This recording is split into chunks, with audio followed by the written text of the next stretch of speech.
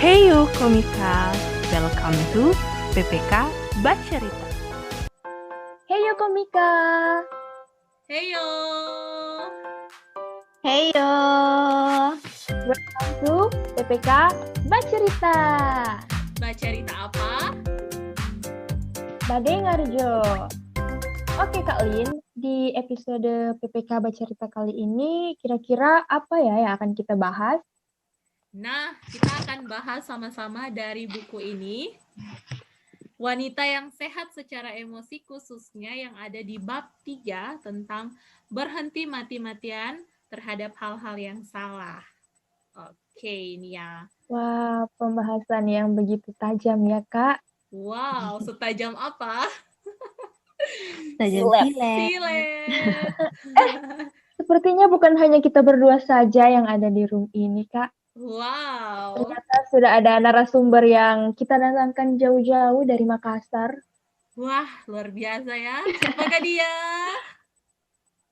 Silahkan kepada narasumber. Silakan perkenalkan diri Anda. Perkenalan nama. Boleh. Boleh. Status ukuran status, silahkan.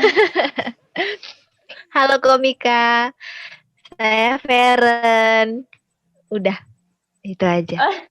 Ya, Oke, jadi Kak Feren saat ini domisilinya di Makassar.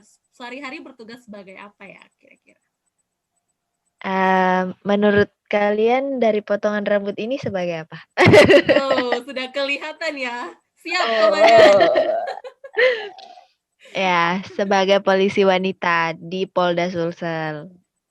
Wow, luar biasa. Mungkin dari teman-teman komika ada yang tertarik untuk menjadi bagian dari keluarga Polisi? besar Polri. Ya, silakan nanti. Ayo, mari. kita hubungi Kak Silahkan Feren, mendaftar. Klik link Ada- di bawah ini. Ada Instagramnya.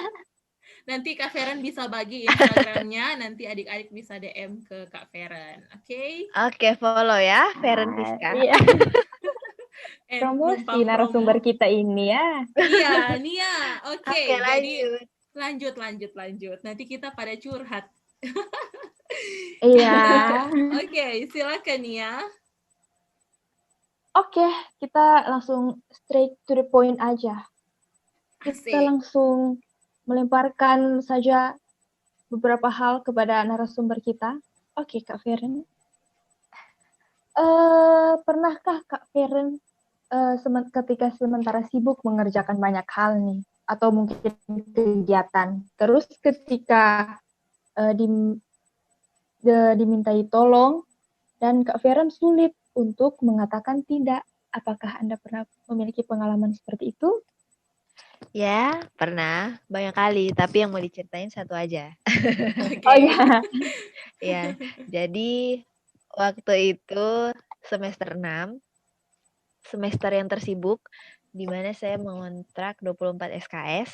Wow. Kemudian saat itu juga saya sebagai seorang ketua TPS, yang mana tanggung jawabnya lumayan besar juga untuk menghandle berbagai program di pelayanan siswa Kota Manado, di PPK Manado.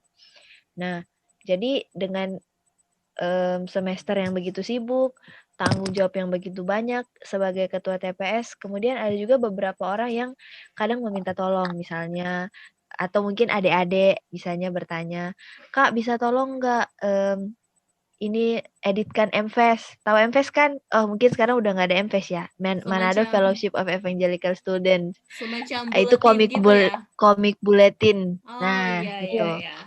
Kayak gitu, minta tolong buat editkan MFES. Padahal mungkin sebenarnya itu bukan tugas saya gitu. Tapi karena kasihan adek ini, perasaan kasihan dan sebagainya. Jadi sulit untuk mengatakan tidak. Ya oke deh, kirim aja filenya nanti kakak edit. Nah, kayak gitu. Jadi pernah punya pengalaman untuk sulit mengatakan tidak. Wah. Iya ya, apalagi kalau misalnya kakak-kakak yang minta tolong. Wah, itu lebih sulit lagi untuk berkata tidak. Nah, ya. lebih tidak enak lagi kalau menolak.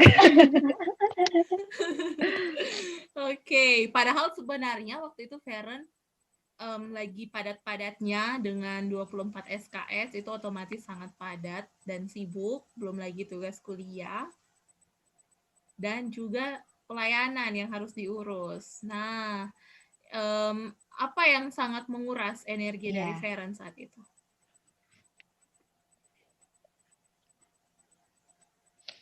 Ya, yang sebenarnya menguras energi adalah ketika kita mengerjakan sesuatu tidak dengan sukacita gitu kan. Iya, Jadi, betul. iya sebenarnya saya di depan adik-adik mungkin bilangnya, "Iya, boleh deh, silakan edit aja," gitu. Terlihatnya senyum-senyum, tapi sebenarnya dalam hati tuh merasa susah gitu, susah hati mengerjakannya. Karena kayak, "Aduh, kenapa pula harus saya yang kerjakan ini kan?" Kayak gitu. Tapi akhirnya itu yang sebenarnya menguras energi gitu. Jadi kayak mengerjakan tidak dengan sukacita, bersungut-sungut, ingat lagi, aduh masih banyak kerjaan-kerjaan lain yang belum selesai. Nah, kadang itu sangat menguras energi gitu. Iya, benar. Pasti ada perasaan capek lah, energi sudah terkuras, capek, dan pernah nggak Iya, Feren, benar. ya kayak merasa burn out begitu, sudah lelah dengan semua aktivitas ini? Iya, pernah sekali. Merasa kayak aduh sudahlah nggak usah lah pelayanan lagi udah capek kayak gitu atau berhenti dulu bisa nggak sih ambil waktu liburan kayak gitu yang betul-betul benar-benar tidak ada orang ganggu kayak gitu karena udah merasa capek banget gitu. Jadi bahkan merasa kayak di saat mencoba untuk tidak mengeluh tapi sebenarnya dalam hati udah mengeluh gitu kan. Karena merasa kayak kalau misalnya saya mengeluh berarti saya belum menjadi orang Kristen yang baik nih kayak gitu. Nah, itu Kalau saya dia. mengeluh berarti saya merasa kayak Tuhan aja pikul salib gitu kan. Masa saya cuma gini aja saya nggak bisa kerjakan. Nah sebenarnya hal-hal pikiran-pikiran yang itu tuh yang sebenarnya salah ditafsirkan kayak gitu. Benar. Jadi sampai ada di titik dimana saya benar-benar merasa frustasi untuk udahlah cukup lah nggak usah lagi kerjain semua ini capek gitu. Iya, benarnya. Kalau Nia pernah nggak merasa seperti itu? Waduh, kira-kira mungkin waktu akan cukup ketika saya menceritakannya. Ya. Pernah lah, Kak. Hampir mirip juga dengan Kak Feren sih sebenarnya. Terus paling kena juga ketika Kak Feren mungkin bilang, sebenarnya nggak mau mengeluh, tapi dalam hati sudah mengeluh, hanya saja tidak diperkatakan secara verbal. Itu Benar. related banget ya. Wow, diriku juga pernah sekali, bahkan sering merasakan hal Wah, yang seperti itu. Jadi kayak merasa kurang rohani atau gimana ya kalau misalnya menolak seperti Iya, itu. benar sekali. Iya. Merasa kayak Oh. kok kita menolak ini kan pelayanan. Nah, Iya, itu tuh kayaknya benar. Itu menolak yang pelayanan tuh rasanya kayak berdosa banget ya. benar. ya. Wow. Iya, Nia silakan Nia, ada pertanyaan yang lain? Nah, oke. Jadi Kak Feren pernah juga pernah dalam posisi di mana semakin Kak mengerjakan banyak hal ini, terutama dalam pelayanannya, semakin sibuk Kak melayani, maka hal itu membuat Kak merasa semakin, oh iya, saya semakin rohani ketika saya semakin mengerjakan banyak hal dalam pelayanan. Pernah banget pikir kayak gitu. Nah itulah, jadi kayak semakin saya merasa, makin apa ya, semakin sibuk nih, jarang waktu di rumah kayak gitu karena sibuk pelayanan, istilahnya sibuk pelayanan, kelihatannya rohani banget gitu kan. Iya, Feren lagi Iya. sibuk pelayanan gitu kan, abis kuliah langsung pelayanan, sibuk ini itu kayak gitu. Pernah pikirnya kayak semakin saya sibuk melayani, maka saya semakin rohani, tingkat kerohanian saya semakin tinggi kayak gitu. Ketimbang orang lain yang mungkin tidak terlihat terlalu sibuk gitu melayani, saya merasa bahwa mereka kurang rohani kayak gitu. Padahal sebenarnya hal itu keliru gitu. Benar. Setuju. Wow, ini luar biasa, dalam pembahasannya. Kalau di Deep buku ini deep. ini, kalau di buku ini sih yang dikatakan penulisnya Gary Scacero, dia katakan bahwa sebenarnya batasan itu juga termasuk anugerah dari Tuhan. Jadi ketika kita Nah, benar. memahami bahwa kita ini manusia yang terbatas dan tidak bisa melakukan segala sesuatunya itu, sebenarnya kadang itu yang salah diartikan. Jadi ketika kita tidak bisa menolak, ada hal yang salah sebenarnya dalam pemahaman kita bahwa kita itu seperti superhero yang sanggup melakukan semuanya dan semua orang bergantung sama diri kita, makanya itu sebenarnya yang keliru. Benar sekali. Wah. Wow. Dan kita sering terjebak pada hal itu ya teman-teman. Oke. Iya. Ya, sering sekali.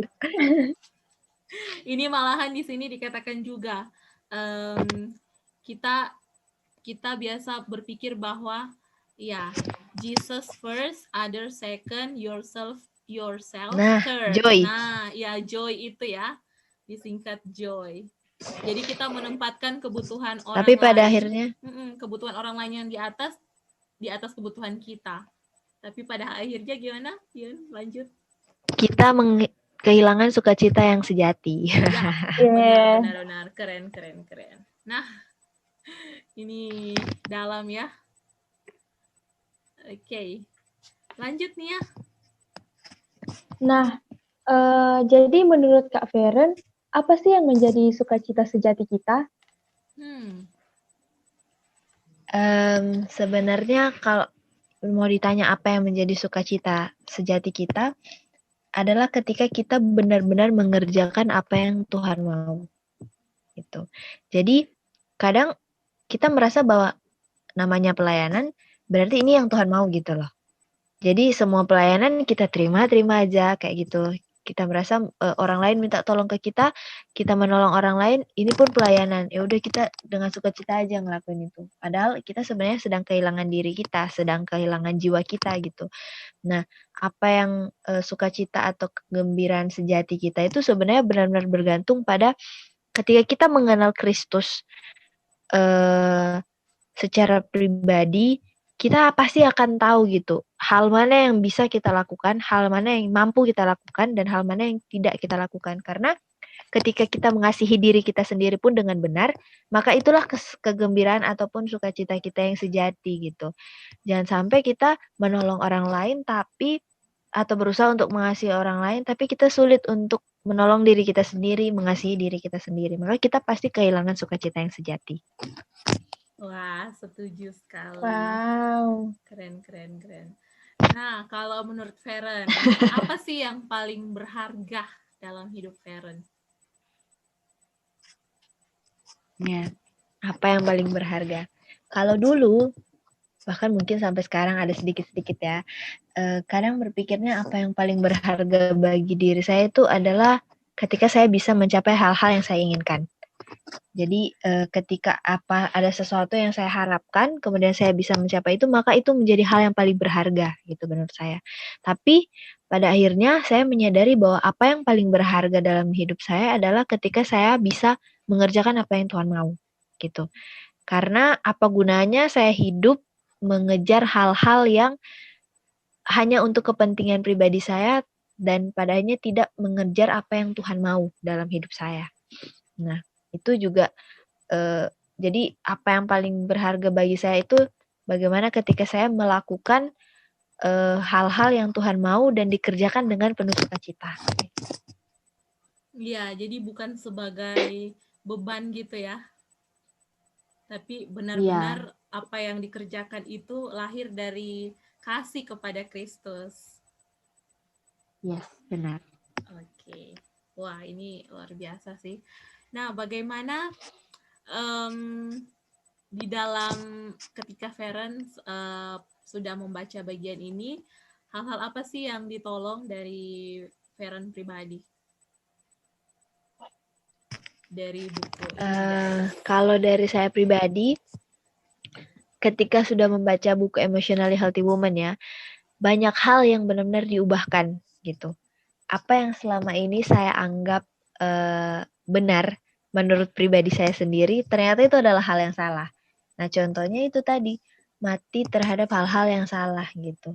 Jadi selama ini saya berpikir bahwa melayani dengan penuh kesibukan, menyibukkan diri, benar-benar menyibukkan diri dengan melayani, itu suatu hal yang benar gitu.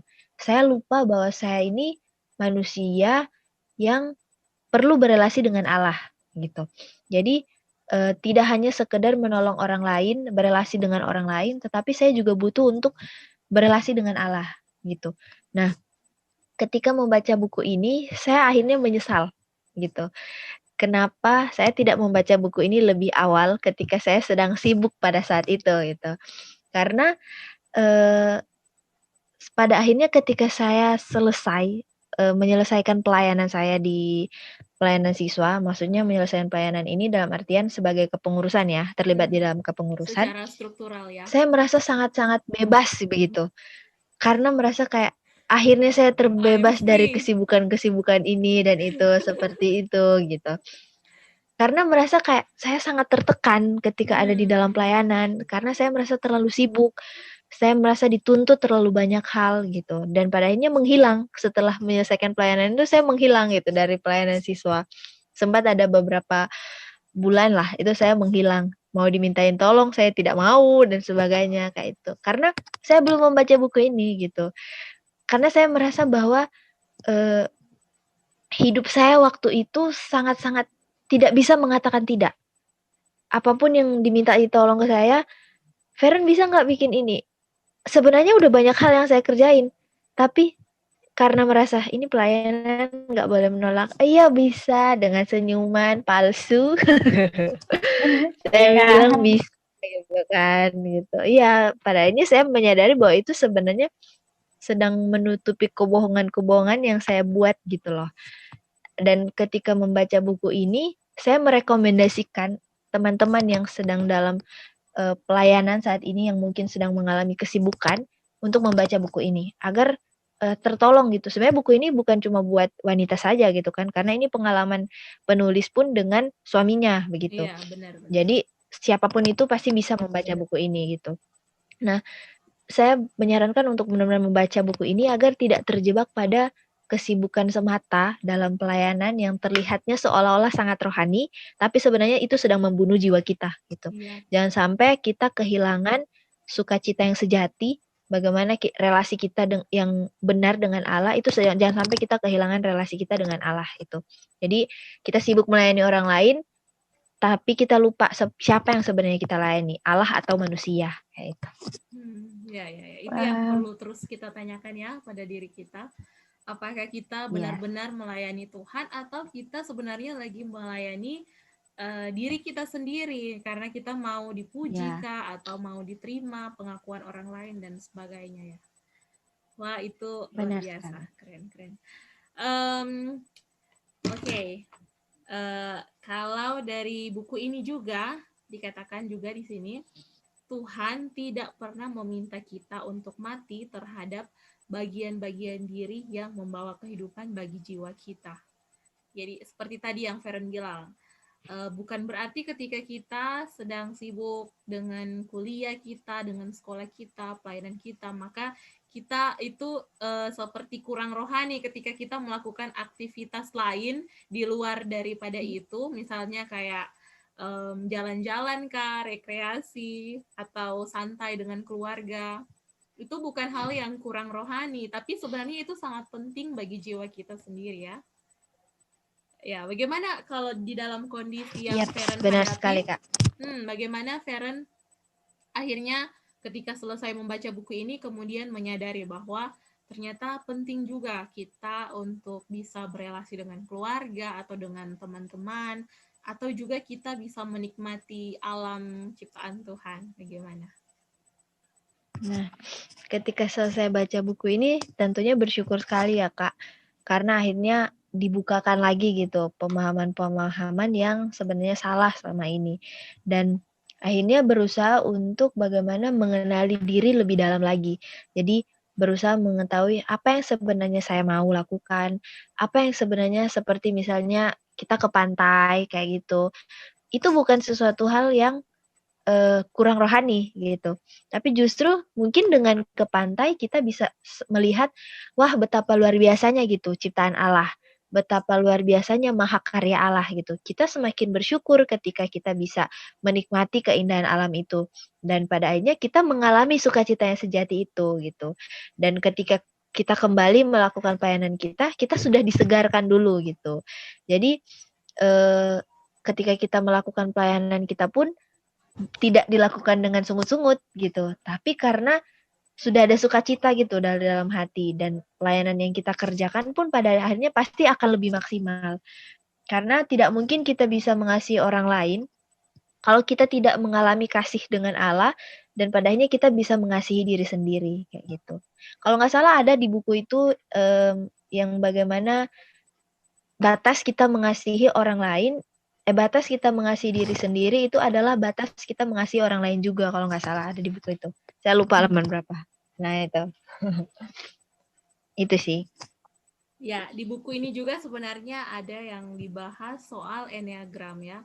Jadi bagaimana kita juga mengenali pribadi kita. Nah, nanti teman-teman yang belum sempat baca boleh baca buku ini, dan juga sebenarnya ada juga buku yang memang khusus membahas tentang bagaimana kita mengenali diri kita sendiri supaya kita bisa semakin bisa mengenal Allah sebagai pencipta kita, bagaimana kita juga mengenal diri kita sendiri, dan juga kita bisa mengasihi orang lain. Wah, ini luar biasa ya Nia pembahasan kita kali ini. Pembahasan yang sangat-sangat dapat dikaitkan dengan pengalaman pribadi. Iya, benar. Semoga komika-komika juga dapat banyak pelajaran ya melewati sharing dari narasumber kita. Yang kece abis ini. Wow. Kece dari lahir, Kak. Kece dari lahir. Cie. Oke, mungkin ada closing statement dari Feren. Nah, melayani bukan hal yang salah, tetapi salah ketika kita sibuk melayani dan pada akhirnya mengabaikan relasi kita dengan Allah, ataupun mengabaikan hal-hal yang kita anggap itu bisa membuat kita hidup gitu. Contohnya ke pantai dan sebagainya. Jadi melayanilah selagi kalian masih muda. Tapi jangan sampai kalian kehilangan diri kalian dengan melayani. Wow, dalam banget. Keren habis. Asik. Oke, terima kasih banyak Kak Feren untuk waktunya.